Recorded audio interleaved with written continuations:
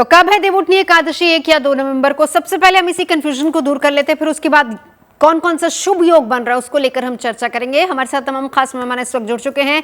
परिचय करा देती हूँ। हमारे साथ हैं सुमित्रा जी, इस वक्त कोलकाता से जुड़ी हुई हैं। हमारे साथ हैं ज्योतिषाचार्य डॉक्टर नितिशा, हमारे साथ अरविंद शुक्ला जी मौजूद हैं और साथ ही साथ हमारे साथ श्रुति जी भी मौजूद है। आप सभी का बहुत बहुत स्वागत है। मैं शुरुआत आप ही से कर लेती हूँ। डॉक्टर सुमित्रा, बताइए कब है तिथि? कंफ्यूजन पहली बात तो क्यों है, और दूसरा आप क्या बता रही हैं किस दिन है देवउठनी एकादशी? जी बिल्कुल, बहुत अच्छा प्रश्न है नवजोत जी, मेरे से ही शुरुआत कर दी मैंने सारे कंट्रोवर्सी सुमित्रा जी से। चलिए देखिए, एक होती है उदया तिथि। हम लोग अभी तक जितने भी त्योहार देखे 2 तिथियां पड़ रही है, और प्लस इसमें एक और मजे की बात है, इसमें संप्रदाय की भी बात आ जाती है कि कौन से संप्रदाय किस दिन को मान रहे हैं। अच्छा, तो अगर संप्रदाय की बात करती हूँ तो वो बाद में बोलूंगी, पहले तिथि पे आ जाती हूँ। अगर एकादशी की बात करूँ तो 1 तारीख को सुबह 9:11 से तिथि लग रही है एकादशी की, और वो 2 तारीख को 7:31 तक रह रही है। कंफ्यूजन मेरे को बिल्कुल भी इसलिए नहीं है क्योंकि हम सेकंड को ही मानेंगे, क्योंकि हम उदया तिथि को मान रहे हैं। अगर बात करते हैं हरिवास की, क्योंकि हम हरि को ही जगा रहे हैं, वो निद्रा में है, वो एक शयन में है, और ये समय हमारे लिए मेडिटेटिव और ध्यान के लिए है। उन्होंने सब देवताओं को भी रेस्ट में भेजा हुआ था। तो ये जो समय था जिसमें हम खुद भी स्पिरिचुअल डेवलपमेंट कर रहे थे। तो अगर बात करते हैं हरिवास की, तो 2 नवंबर को 12:55 पे ये हरिवास समाप्त हो रहा है। तो हमारे पास 2 तारीख को हमें ये ऑप्शन मिल रहा है कि हम हरिवास में भगवान का देव उठानी कर सकते हैं। अगर बात करते हैं त्रिपुष्कर योग भी इसी दिन पड़ रहा है, 7:32 सुबह से शुरू करेंगे इसको 2 नवंबर को, और ये 2 नवंबर को शाम को 5:03 तक है। तो मेरे हिसाब से अगर मेरे को वन लाइनर आप पूछोगे तो मैं तो सेकंड को ही बोलूंगी। आप बता रही हैं 2 तारीख। बिल्कुल। जो तिथि कंफ्यूजन है उसको लेकर पहले क्लैरिटी कर लेते हैं, फिर उसके बाद योग कौन कौन से बन रहे हैं, शुभ योग, इसकी बात करेंगे। डॉक्टर नितिशा, आपकी क्या राय है?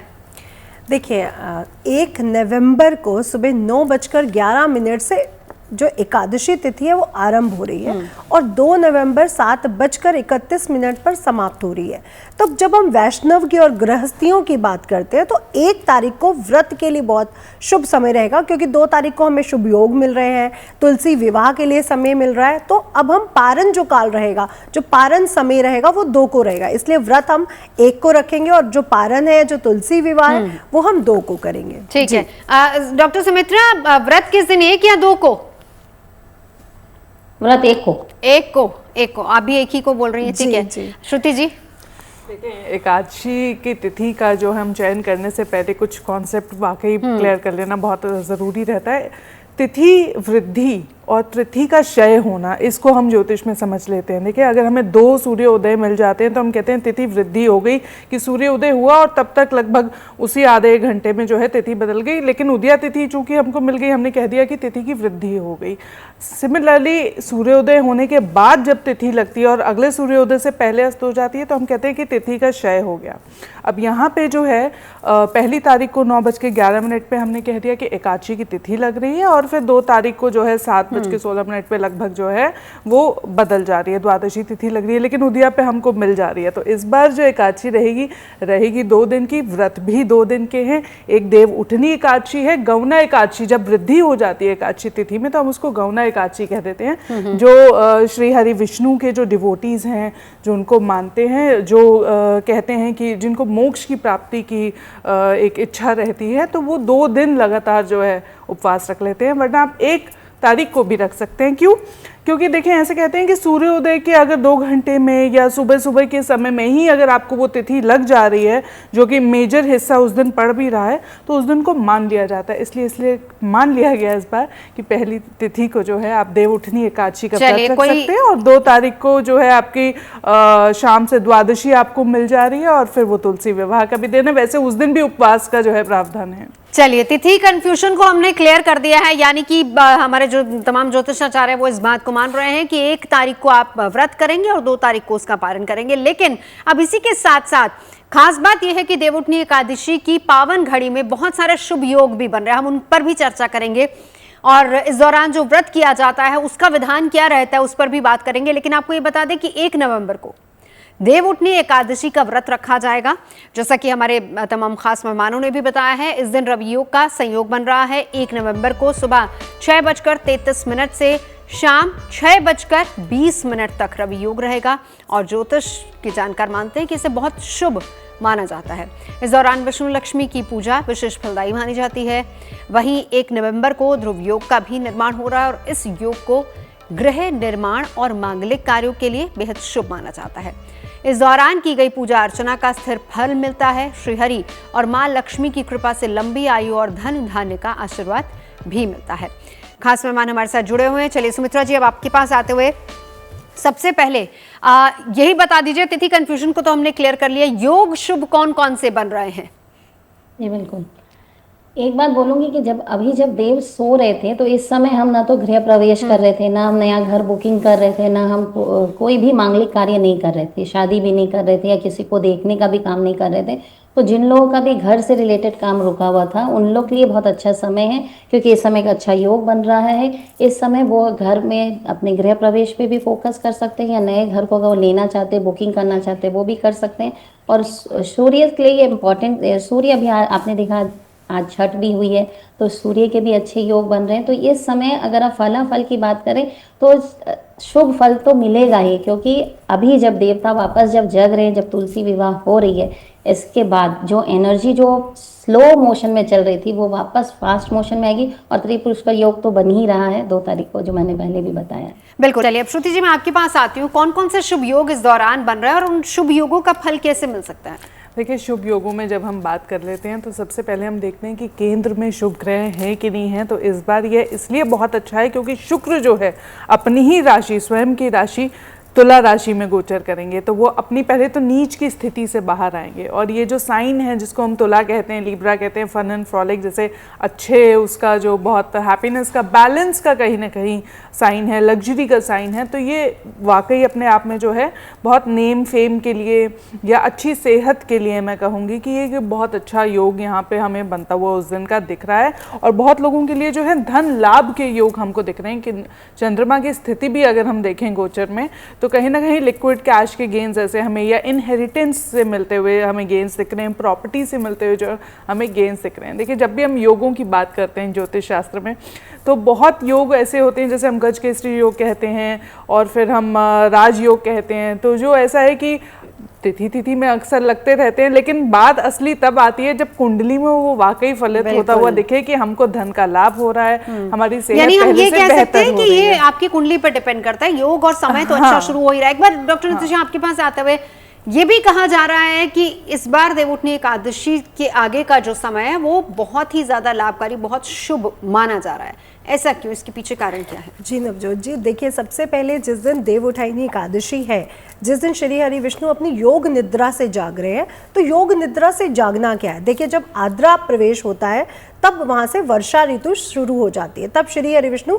अपनी योग निद्रा में चले जाते हैं। योग निद्रा मतलब अब शिव जी, गणेश जी, हमारे पितृ, हमारी देवियां, सभी प्रकार से सभी चीजें एक्टिवेट हो जाती हैं। तो अब वो उठने जा रहे हैं, यानी हमारे कर्म जागृत होने जा रहे हैं। सिर्फ इसे देव उठाइनी एकादशी नहीं कहा जाता, इसे देवताओं की जागृत की समय भी कहा जाता है। इसलिए अब हमारे सभी तरह के कर्मास जागृत हो रहे हैं। और उसी दिन देखिए, शुक्र महाराज भी सूर्य के साथ शुक्र आदित्य राजयोग बना रहे हैं।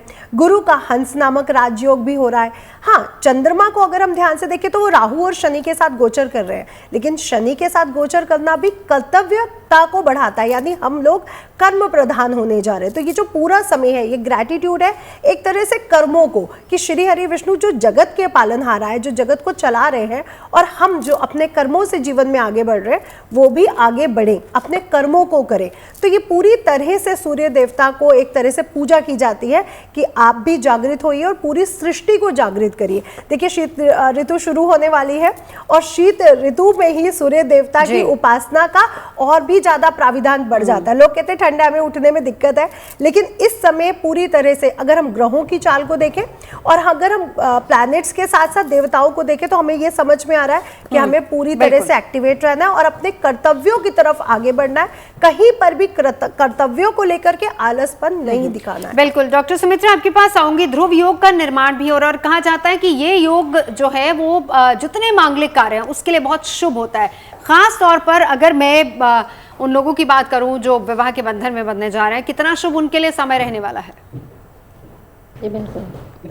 इसी समय से तो एक्चुअली शादी का टाइम स्टार्ट भी हो रहा है, और उन लोगों के लिए भी, जैसे मानिए जिनकी अपनी बेटियां नहीं हैं और वो चाह रहे हैं कि उनको भी पुण्य मिले कन्यादान का, तो उनके लिए भी ये शुभ इसलिए है कि वो तुलसी विवाह अगर करते हैं तो ऐसा शास्त्रों में बोला गया है कि अगर आप तुलसी का विवाह करवा देते हैं इस दिन, तो आपको भी एक कन्या के दान का फल मिलता है। तो जिनके घर डॉटर नहीं है वो भी इस समय में एक तुलसी का विवाह ज़रूर संपन्न करें, अपने घर में नारियल लें, और जो प्रोसेस होता है विवाह का वो पूरा प्रोसेस शालिग्राम के साथ तुलसी का ज़रूर विवाह करें। और नदी में स्नान अगर वो व्यक्ति करता है तो इस समय उनको अश्वमेध यज्ञ का भी लाभ होता है। तो ये जो समय जब शुरू हो रहा है इसमें मैरिज के लिए, तो जिनकी भी मैरिज नहीं भी हो रही है वो भी अगर इस समय बैठ के अगर तुलसी जी का पूजा करते हैं, और जो डाला सजा के जो उतने सामग्री होती है जो तुलसी जी को चढ़ाए जाते हैं वो अगर चढ़ाते हैं, और नारियल और बादाम का अगर दान करते हैं, तो व्यक्ति की भी शादी, जिनकी रुकी हुई है उनकी शादी होने की संभावनाएं बढ़ जाती हैं। तो ये समय तो जिनके जिनके मैरिज का पहले से निर्धारित है उनके लिए भी अच्छा समय है, जिनके लिए ऑस्पिशियस टाइम नहीं है, माने जिनकी अभी तक शादी नहीं फिक्स हो पा रही है उनके लिए भी एक अच्छा समय है, पर जिनकी डॉटर नहीं है उनके लिए भी बहुत अच्छा समय है कि वो खुद भी कन्यादान तुलसी का करें बिल्कुल, और एक बार इसका लाभ लें। तो अब जैसा आप बता रहे हैं कि काफी समय बाद इस तरह का शुभ योग बन रहा है, एक बार श्रुति जी आपके पास आते हुए अगर मैं पहली 3 राशियों की बात करूं जिसमें आने वाले समय की अगर बात की जाए, जो ग्रह दशा बन रही है या फिर देवउठनी एकादशी के बाद, इनके लिए कितना शुभ समय रहने वाला है?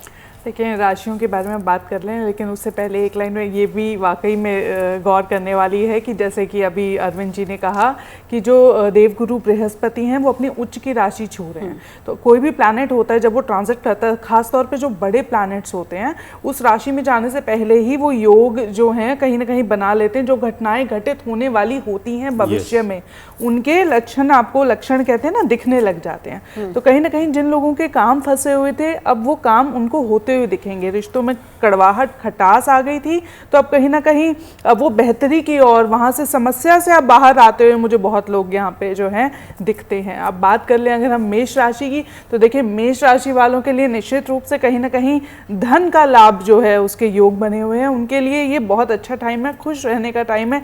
जितने रिश्तों में उनकी कड़वाहट थी वो अब यहाँ से जो है बेहतर होती हुई दिखाई देती है। अब अगली राशि की ओर अगर हम चलें, बात कर लें हम वृषभ राशि की, तो देखिए वृषभ राशि के जो जातक हैं 10वें स्थान पे, जो कार्य स्थल पर कहीं ना कहीं मान सम्मान के योग हैं। घर से जुड़े हुए, रेनोवेशन से जुड़े हुए कोई काम अगर आपके अटके हुए थे तो कुछ उस दौरान जो है आप करवा सकते हैं, या इस तरह के योग बन जाएंगे कि आपको समय नहीं मिल पा रहा था अब आप करवा लें। और अगर हम तीसरी राशि की ओर अब चलें, बात कर लें मिथुन राशि की, तो देखिए मिथुन राशि के लिए जो है कहीं ना कहीं वो ट्रैवल के बहुत योग हैं कि उनके छोटे छोटे लॉन्ग ट्रैवल्स उनके बहुत होते हुए मुझे यहाँ पे दिखाई देते हैं, और उन ट्रैवल से कहीं ना कहीं वो उनको बेनिफिट करेंगे, मान सम्मान भी मिल सकता है। और भाग्य जो है इन जातकों के, मिथुन राशि के जातकों के साथ बिल्कुल निश्चित रूप से साथ देता है। बिल्कुल, एक बार डॉक्टर नितिशा आपके पास आते हुए अब यहाँ से ये बात समझाइए, जैसे तुलसी विवाह की बात आप अभी बता रही थी, अरविंद शुक्ला जी भी बता रहे थे, क्या हर कोई कर सकता है, किस किस को करना चाहिए?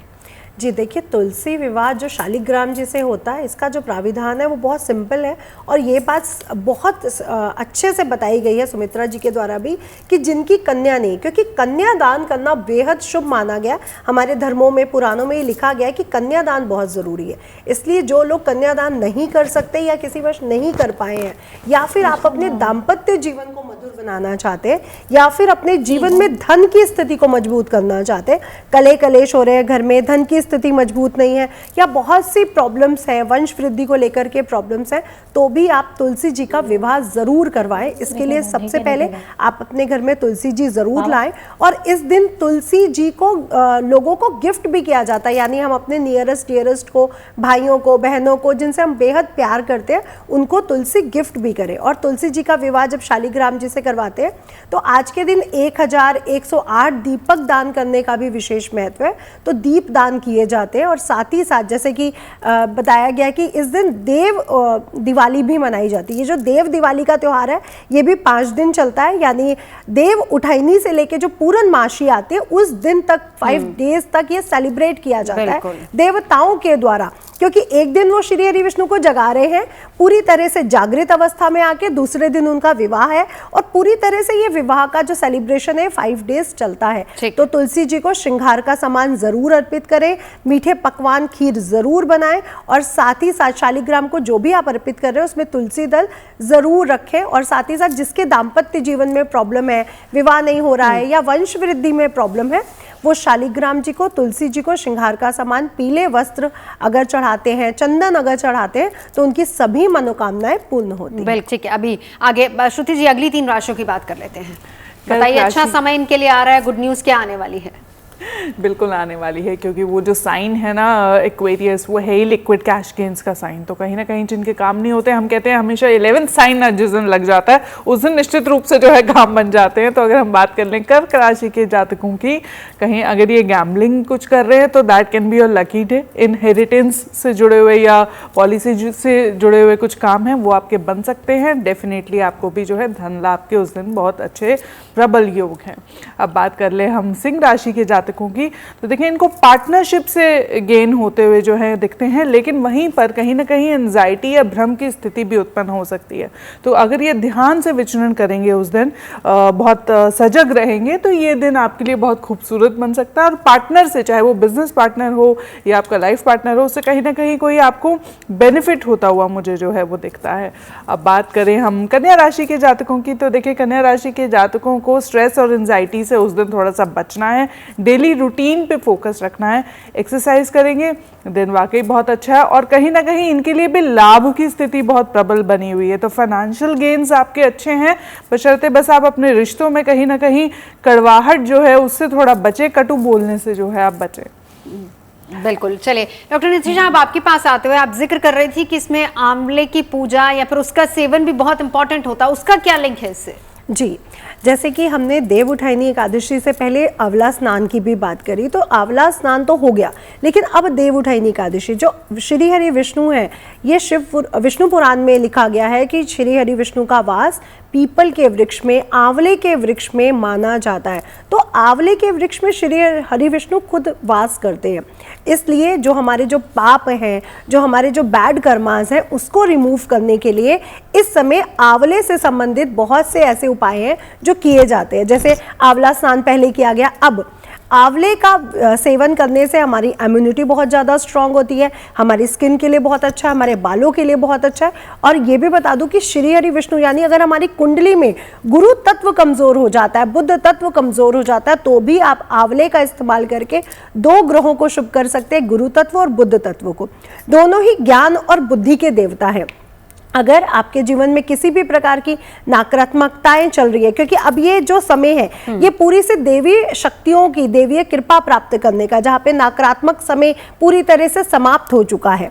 अब आप लोग आंवला के वृक्ष के नीचे दीपक जरूर दान करें, साथ ही साथ आंवले का सेवन शुरू करें, ताकि जो आगे का समय है वो आपके लिए शुभ हो सके। और जिन कन्याओं का विवाह नहीं हो रहा या जिन बच्चों की पढ़ाई में कहीं ना कहीं दिक्कत आती है, मेमोरी बहुत जल्दी भूल जाते हैं बच्चे पढ़ाई करने में, उनको थोड़ा सा आंवले से संबंधित जैसे मिष्ठान है या चटनी है या जो भी है, उनको जरूर खिलाया जाए।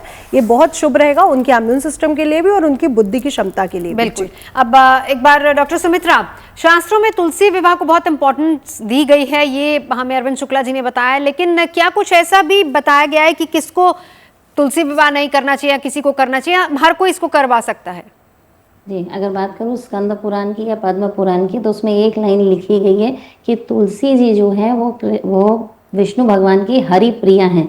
तो अगर कोई भी व्यक्ति जिसकी, जैसे मैंने थोड़ी देर पहले भी बोला, जिसकी शादी नहीं हुई है या जिनके भी घर में डॉटर नहीं है, वो तो तुलसी जी का विवाह करेंगे। जैसे कि मान लीजिए अनमैरिड कोई लड़की है या लड़का है, वो एटलीस्ट इसका दर्शक जरूर बने, जब यह विवाह संपन्न हो रहा हो वो वहाँ एज अ गेस्ट जरूर मौजूद रहे। डेफिनेटली उस समय उनको 2 मंत्रों का जाप करना है, ओम नमो नारायण, दूसरा ओम तुलसी नमो। नेक्स्ट इंपॉर्टेंट बात है कि ये जो दिन है देव उठानी एकादशी, इसमें 4 महत्वपूर्ण चीजें एक साथ हो रही है अगर आप ध्यान से समझे तो। पहले हम इसमें तुलसी विवाह भी कर रहे हैं, हम दीप दान भी कर रहे हैं, हम यहाँ पे विष्णु भगवान का पूजन भी कर रहे हैं, इसके अलावा हम ब्राह्मण भोजन भी कर रहे हैं। और एक चीज़ अगर आप समझे कि इस समय जो दक्षिणायन और उत्तरायण वाली जो बात होती है, यहाँ से समय सूर्य का शुरू होता है, जहाँ से दक्षिणायन से उत्तरायण की ओर गमन भी शुरू होता है। अगर इस समय अगर हम दीप जला रहे हैं तो दीप को भी हमें 4 जगहों पे जलाना बहुत आवश्यक होता है। तो जिनकी शादियां नहीं हो रही, जैसे आपने बताया, वो बच्चे जिनकी शादियां नहीं हो रही है और वो चाहते हैं उनकी शादी हो, तो जो फेरे वाला काम है वो नहीं कर सकते, बट वहां पर उनके लिए इम्पोर्टेंट है कि वो 4 दीपक जरूर जलाएं और जो तुलसी का पौधा है उसके चारों तरफ लगाएं। इससे क्या होता है कि हमें विष्णु की कृपा मिलती है और आगे हमारे जो दाम्पत्य जीवन है उसकी सुख सुविधाएं भगवान देते हैं। कोई नदी के किनारे अगर हम जाकर दिया जला रहे हैं तो हम हमारे पितरों की शांति के लिए उसे जला रहे हैं और मोक्ष की कामना भी हम कर सकते हैं। अगर हम मंदिर या धर्म स्थल में जाकर जला रहे हैं तो हम धर्म, अर्थ, काम और मोक्ष इस चारों की प्राप्ति करेंगे। और हम अपने घर के द्वार पर अगर दीपक जलाते हैं तो हम लक्ष्मी को स्थायी रूप से अपने घर में ला रहे हैं और हम चाहते हैं कि रिद्धि सिद्धि भी हमारे घर में आए। तो हमें घर के हर कोने पर इस दिन दीपक जरूर जलाना चाहिए, ये महत्वपूर्ण है। यानी सीधा सा है कि जिस तरीके से हम दीपावली मनाते हैं ठीक उसी तरीके से अलग अलग कोनों में दीपक जलाने चाहिए। अगली 3 राशियों की बात करूंगी, तुला, वृश्चिक, धनु। श्रुति जी। तुला राशि के जातकों के लिए मुझे लगता है कोई विवाद जो है अगर पहले से था तो वो सुलटता हुआ मुझे यहाँ पे दिखाई देता है कि इनके लिए भी जो है योग बहुत अच्छे हैं। 5वें घर से चंद्रमा उस दिन गोचर करेगा तो कहीं ना कहीं खुशनुमा वो दिन जो है बीतता हुआ दिखेगा। कहीं से कोई ऐसी खबर आएगी जो आपका दिन वाकई बना देगी, आपको लगेगा ये काम अटका हुआ था अब वो बनने की ओर जा रहा है। जैसे प्रॉपर्टी रिलेटेड कॉन्ट्रैक्ट साइनिंग के लिए भी ये बहुत अच्छा समय है। बस इनको एक बात ध्यान रखनी है, कड़वा नहीं बोलना और अपने भाइयों से जो है बनाकर चलनी है क्योंकि वहीं से इनको लाभ होता हुआ दिखता है। अब बात करें अगर हम वृश्चिक राशि के जातकों की तो देखें घर में जो है कहीं ना कहीं थोड़े भ्रम की या वाद विवाद की स्थिति इन लोगों के लिए निश्चित तौर पर मुझे बनती हुई दिखती है। लेकिन अच्छी बात यह है ऊर्जा का स्तर बहुत ज़्यादा रहेगा, बढ़ा हुआ रहेगा, तो आपकी वाक्पटुता कहीं ना कहीं बहुत अच्छी आपको जो है बचा ले जाएगी, बशर्ते आप जो है बहुत ध्यान से सोच समझकर बोल रहे हैं क्योंकि आपके तो लग्न में ही मंगल का गोचर हो रहा है और वहाँ पे बुध भी बने हुए हैं। तो पार्टनरशिप साइन करने के लिए, न्यू कॉन्ट्रैक्ट साइन करने के लिए ये बहुत अच्छा समय है, लेकिन अगेन आपको थोड़ा ध्यान उसमें देना रहेगा। अब बात कर लें तीसरी राशि की तो बात है वो धनु राशि। तो धनु राशि के लिए जो है इनको कहीं ना कहीं मार्केटिंग कम्युनिकेशन से जुड़े हुए जो लोग हैं उनके लिए ये बहुत अच्छा है। बातचीत नहीं हो पा रही थी, अपॉइंटमेंट नहीं मिल पा रही थी, किसी से मिलना अगर अटका हुआ था तो इस दिन डेफिनेटली वो आपको खबर मिल सकती है कि आप वो मिल सकते हैं।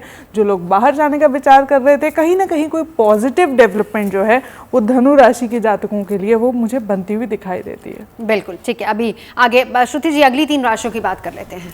बताइए अच्छा समय इनके लिए आ रहा है, गुड न्यूज़ क्या आने वाली है? बिल्कुल आने वाली है क्योंकि वो जो साइन है ना एक्वेरियस, वो है ही लिक्विड कैश गेन्स का साइन। तो कहीं ना कहीं जिनके काम नहीं होते, हम कहते हैं हमेशा 11th साइन ना जिस दिन लग जाता है उस दिन निश्चित रूप से जो है काम बन जाते हैं। तो अगर हम बात कर लें कर्क राशि के जातकों की, कहीं अगर ये गैम्बलिंग कुछ कर रहे हैं तो that can be your lucky day. Inheritance से जुड़े हुए या पॉलिसी से जुड़े हुए कुछ काम हैं वो आपके बन सकते हैं। डेफिनेटली आपको भी जो है धन लाभ के उस दिन बहुत अच्छे प्रबल योग हैं। अब बात कर ले हम सिंह राशि के जातकों की, तो देखिए इनको पार्टनरशिप से गेन होते हुए जो है दिखते हैं, लेकिन वहीं पर कहीं ना कहीं एंजाइटी या भ्रम की स्थिति भी उत्पन्न हो सकती है। तो अगर ये ध्यान से विचरण करेंगे उस दिन, बहुत सजग रहेंगे, तो ये दिन आपके लिए बहुत खूबसूरत बन सकता है। और पार्टनर से, चाहे वो बिजनेस पार्टनर हो या आपका लाइफ पार्टनर हो, उससे कहीं ना कहीं कोई आपको बेनिफिट होता हुआ मुझे जो है वो दिखता है। अब बात करें हम कन्या राशि के जातकों की, तो देखिए कन्या राशि के जातकों को स्ट्रेस और एंजाइटी से उस दिन थोड़ा सा बचना है, डेली रूटीन पे फोकस रखना है, एक्सरसाइज करेंगे, दिन वाकई बहुत अच्छा है। और कहीं ना कहीं इनके लिए भी लाभ की स्थिति बहुत प्रबल बनी हुई है। तो फाइनेंशियल गेन्स आपके अच्छे हैं, बशर्ते बस आप अपने रिश्तों में कहीं ना कहीं कड़वाहट जो है उससे थोड़ा बचे, कटु बोलने से जो है आप बचे। बिल्कुल। चलिए डॉक्टर नितिशा, अब आपके पास आते हुए आप जिक्र कर रही थी कि इसमें आंवले की पूजा या फिर उसका सेवन भी बहुत इंपॉर्टेंट होता है, उसका क्या लिंक है इससे? जी, जैसे कि हमने देव उठाइनी एकादशी से पहले आंवला स्नान की भी बात करी, तो आंवला स्नान तो हो गया, लेकिन अब देव उठाइनी एकादशी जो श्री हरि विष्णु है, ये विष्णु पुराण में लिखा गया है कि श्री हरि विष्णु का वास पीपल के वृक्ष में, आंवले के वृक्ष में माना जाता है। तो आंवले के वृक्ष में श्री हरि विष्णु खुद वास करते हैं, इसलिए जो हमारे जो पाप हैं, जो हमारे जो बैड कर्मास हैं, उसको रिमूव करने के लिए इस समय आंवले से संबंधित बहुत से ऐसे उपाय हैं जो किए जाते हैं। जैसे आंवला स्नान पहले किया गया, अब आंवले का सेवन करने से हमारी इम्यूनिटी बहुत ज़्यादा स्ट्रांग होती है, हमारी स्किन के लिए बहुत अच्छा है, हमारे बालों के लिए बहुत अच्छा है। और ये भी बता दूं कि श्री हरि विष्णु यानी अगर हमारी कुंडली में गुरु तत्व कमज़ोर हो जाता है, बुध तत्व कमज़ोर हो जाता है, तो भी आप आंवले का इस्तेमाल करके 2 ग्रहों को शुभ कर सकते हैं, गुरु तत्व और बुध तत्व को। दोनों ही ज्ञान और बुद्धि के देवता हैं। अगर आपके जीवन में किसी भी प्रकार की नकारात्मकताएं चल रही है, क्योंकि अब ये जो समय है ये पूरी से देवी शक्तियों की, देवीय कृपा प्राप्त करने का, जहाँ पे नकारात्मक समय पूरी तरह से समाप्त हो चुका है। अब आप लोग आंवला के वृक्ष के नीचे दीपक जरूर दान करें, साथ ही साथ आंवले का सेवन शुरू करें, ताकि जो आगे का समय है वो आपके लिए शुभ हो सके। और जिन कन्याओं का विवाह नहीं हो रहा या जिन बच्चों की पढ़ाई में कहीं ना कहीं दिक्कत आती है, मेमोरी बहुत जल्दी भूल जाते हैं बच्चे पढ़ाई करने में, उनको थोड़ा सा आंवले से संबंधित जैसे मिष्ठान है या चटनी है या जो भी है उनको जरूर खिलाया जाए। ये बहुत शुभ रहेगा उनके इम्यून सिस्टम के लिए भी और उनकी बुद्धि की क्षमता के लिए भी। बिल्कुल। अब एक बार डॉक्टर सुमित्रा, शास्त्रों में तुलसी विवाह को बहुत इंपॉर्टेंस दी गई है, ये हमें अरविंद शुक्ला जी ने बताया, लेकिन क्या कुछ ऐसा भी बताया गया है कि किसको तुलसी विवाह नहीं करना चाहिए, किसी को करना चाहिए, हर कोई इसको करवा सकता है? जी, अगर बात करूँ स्कंद पुराण की या पद्म पुराण की, तो उसमें एक लाइन लिखी गई है कि तुलसी जी जो है वो विष्णु भगवान की हरि प्रिया हैं।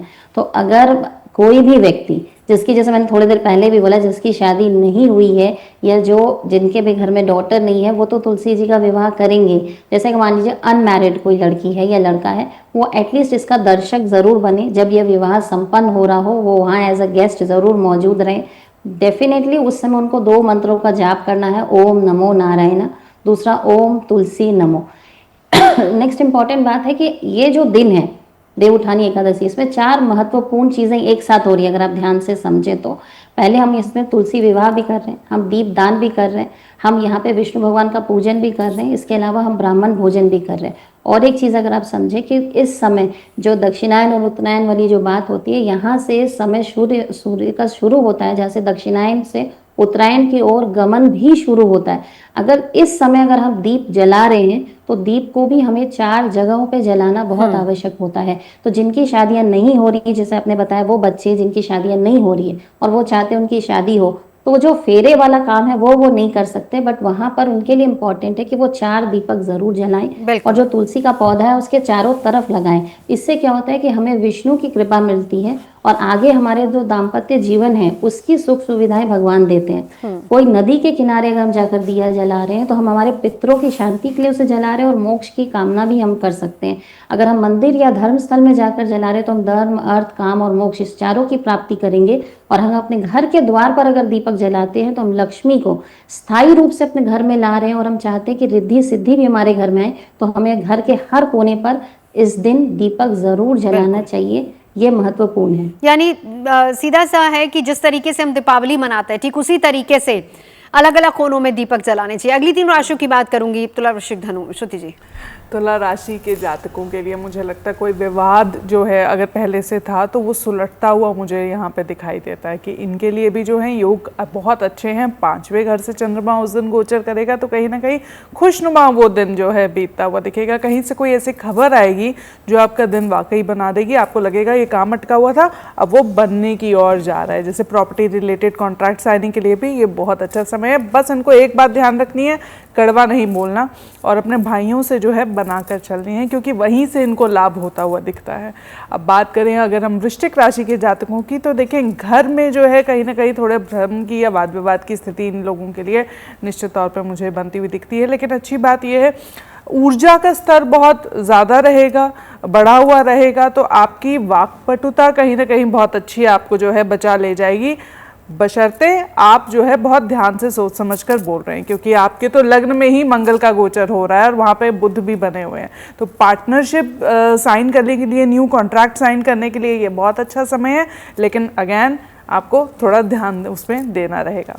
अब बात कर लें तीसरी राशि की, तो बात है वो धनु राशि। तो धनु राशि के लिए जो है इनको कहीं ना कहीं मार्केटिंग कम्युनिकेशन से जुड़े हुए जो लोग हैं उनके लिए ये बहुत अच्छा है। बातचीत नहीं हो पा रही थी, अपॉइंटमेंट नहीं मिल पा रही थी, किसी से मिलना अगर अटका हुआ था तो इस दिन डेफिनेटली वो आपको खबर मिल सकती है कि आप वो मिल सकते हैं।